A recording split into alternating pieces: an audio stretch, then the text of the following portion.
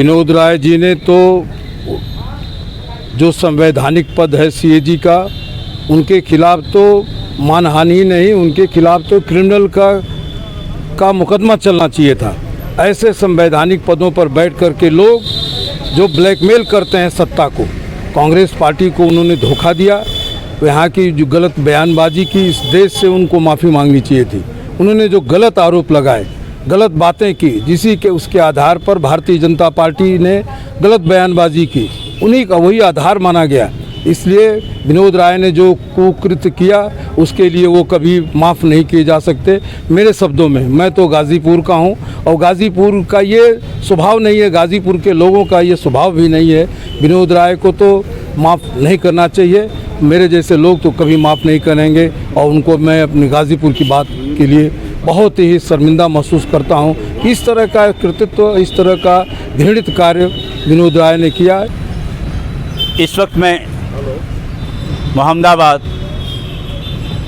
तहसील गौस प्रांगण में मौजूद हूँ। इसे शहीद पार्क के नाम से लोग जानते हैं। ऐसी पार्क के सामने पीछे बिल्डिंग जो नज़र आ रही है, ये पुरानी तहसील भवन है और यहीं शिवपूजन राय उस तिरंगे झंडे को फहराने के लिए उन्हें गोली मारी गई थी और एक नहीं 8 लोग शहीद हुए थे। अब खुद सोचिए आप कि जिस धरती में 8 लोग शहीद होते हैं और जिन लोग माफ़ी मांगते हैं उनके नाम की चर्चा टीवी पे कितना किया जाता है और जिन्होंने 8 लोग शहीद हुए थे उनके बारे में कितनी बताई जाती है। इस वक्त यहाँ के एक प्रसिद्ध समाज सेवी और बहुत पुराने कांग्रेस के पूर्व अध्यक्ष डॉक्टर मार्कंडेय सिंह मौजूद हैं। मैं इनसे जानना चाहता हूं कि आज जो शहीद पार्क में आप उपस्थित हुए हैं, किन सिद्धांतों को लेकर, किन बातों को लेकर उपस्थित हुए हैं, पहले मैं आपसे ये जानना चाहता हूं। धन्यवाद जावेद भाई, आपने जो बात पूछी है ये वो ज़मीन है जिसके जर्रे जर्रे से आज़ादी की महक कहते हैं सुगंध चारों तरफ फैलती है।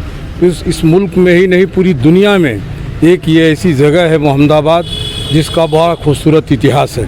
18 अगस्त 1942 को डॉक्टर श्री शिवपूजन राय जी के नेतृत्व में कांग्रेस ने तिरंगा झंडा फहराया था और इसी तिरंगे की आन बान शान में यहाँ के नौजवानों ने गोली खाई थी।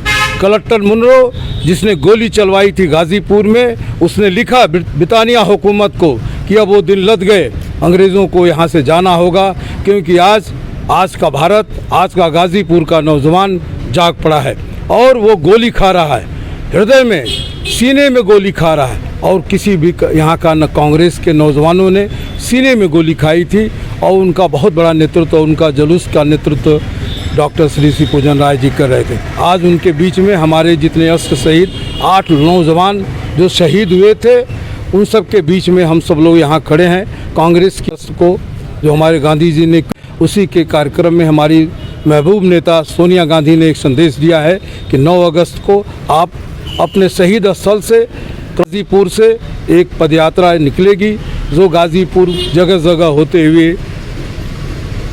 15 अगस्त को आम घाट कॉलोनी में गांधी जी की मूर्ति तक जाएगी। इसी संदर्भ में हम लोग यहाँ इकट्ठा हुए हैं। मैं इस ज़मीन को, यहाँ के लोगों को प्रणाम करता हूँ। मोहम्मदाबाद की वो ज़मीन है जो पूरे देश में भूचाल पैदा कर दिया था विनोद राय के ज़रिए से, और इसी विनोद राय जो पूरे भारत के उच्च पद पे मौजूद थे, उनकी रिपोर्ट थी कि 2G टर्मिनल घोटाला हुआ है और वो बरी भी कांग्रेस सरकार ने जब इस पे मानहानि का दावा दाखिल किया तो माफ़ी भी मांगनी चाहिए। इस संबंध में आपका क्या कहना है?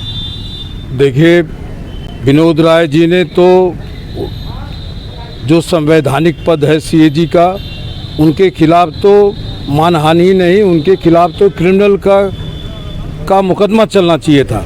ऐसे संवैधानिक पदों पर बैठ कर के लोग जो ब्लैकमेल करते हैं सत्ता को, कांग्रेस पार्टी को उन्होंने धोखा दिया। यहाँ की जो गलत बयानबाजी की, इस देश से उनको माफ़ी मांगनी चाहिए थी। उन्होंने जो गलत आरोप लगाए, गलत बातें की, जिसी के उसके आधार पर भारतीय जनता पार्टी ने गलत बयानबाजी की, उन्हीं का वही आधार माना गया। इसलिए विनोद राय ने जो कुकृत्य किया उसके लिए वो कभी माफ़ नहीं किए जा सकते। मेरे शब्दों में, मैं तो गाज़ीपुर का हूँ और गाज़ीपुर का ये स्वभाव नहीं है, गाज़ीपुर के लोगों का ये स्वभाव भी नहीं है। विनोद राय को तो माफ़ नहीं करना चाहिए, मेरे जैसे लोग तो कभी माफ़ नहीं करेंगे और उनको मैं अपने गाज़ीपुर की बात के लिए बहुत ही शर्मिंदा महसूस करता हूँ। इस तरह का कृतित्व, इस तरह का घृणित कार्य विनोद राय ने किया, ये बहुत ही गलत हुआ। और इस देश में इस तरह का कोई भी आदमी अगर कार्य करता अपने पदों के लिए तो वो बहुत ही गंदा है। मैं उनकी घोर निंदा करता हूँ। और उन्होंने जो माफ़ी मांगा, संजय निरुपम ने उनके अगेंस्ट में उनके खिलाफ केस किया था और उन्होंने माफ़ी मांग ली, लेकिन माफ़ी मांगने से इस मुल्क की स्थिति सुधरी नहीं, इसलिए कभी वो माफ़ नहीं किए जा सकते मेरे शब्दों में। उन्हें तो माफ़ी मांग लिया, लेकिन देश की जनता जो जानना चाहिएगा कि इतने गलत बयानी के तहत गलत बात करके और वो उसकी जो चर्चा होनी चाहिए थी देश में कि एक व्यक्ति गलत बात करके पूरे देश को भूचाल पैदा कर दिया था, क्या पूरी देश की जनता इस किर से, इस काम से उन्हें माफ़ कर देगी? देश की जनता तो, मैं इस 13 दिन में लोग अपने बाप को भूल जाते हैं। दिक्कत यही है कि संगठन के हिसाब से ये बहुत ही होना चाहिए था, जो आज भी नहीं हो रहा है।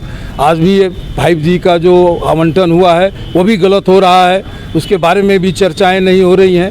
तो कांग्रेस पार्टी कहीं न कहीं, या विपक्ष, जो पूरा विपक्ष है वो भारतीय जनता पार्टी जिस तरह के कुकृत्य कर रही है, जिस तरह का आर्थिक इस देश के अंदर शोषण हो रहा है, इतनी महंगाई बढ़ रही है, बेरोज़गारी बढ़ रही है, इसके खिलाफ हमारे महबूब नेता राहुल गांधी ने हर जगह विरोध किया है, हर जगह अपनी बात रखी है।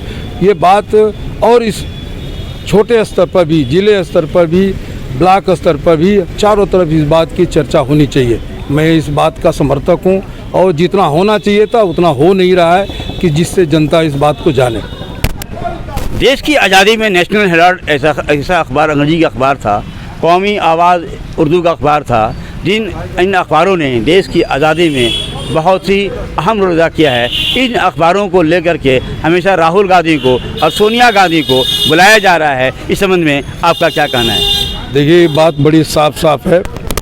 भारतीय जनता पार्टी की ये सरकार जिस तरह से नेशनल हेराल्ड, नवजीवन उर्दू में अखबार आता था, कौमी आवाज़ हिंदी में नवजीवन और अंग्रेज़ी में नेशनल हेराल्ड, यही मुखर आवाज़ से अंग्रेज़ों के खिलाफ न कोई बोल सकता था, न कोई लिख सकता था। सबसे पहले कांग्रेस ने इन सब चीज़ों के बारे में अपनी आवाज़ बुलंद की। आज भारतीय जनता पार्टी जो सत्ता में है, जो कभी अंग्रेज़ों के साथ रहा करती थी, जो साफ है, हर जगह है, अब आज सत्ता में है, वो नहीं चाहती है कि कांग्रेस पार्टी दोबारा लौट करके इस देश में आवे, उनकी परिस्थितियों को उजागर करे। ये सब चीज़ें भारतीय जनता पार्टी चाह रही है, लेकिन होगा नहीं।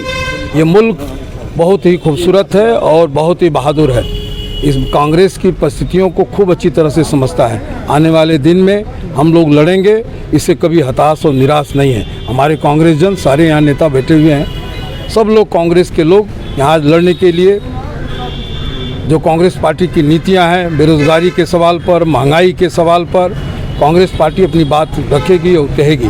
जहाँ तक नेशनल हेराल्ड के सवाल पर है, वो तो भारतीय जनता पार्टी सिर्फ परेशान कर रही है, ऐसा कुछ नहीं। अगर ऐसा होता तो कभी जमींदोज कर देते वो। मुझे पूरा विश्वास है कि हम लोग लड़ेंगे और फिर लड़ करके बाहर निकलेंगे। धन्यवाद। हमसे बात करने के लिए आपका बहुत बहुत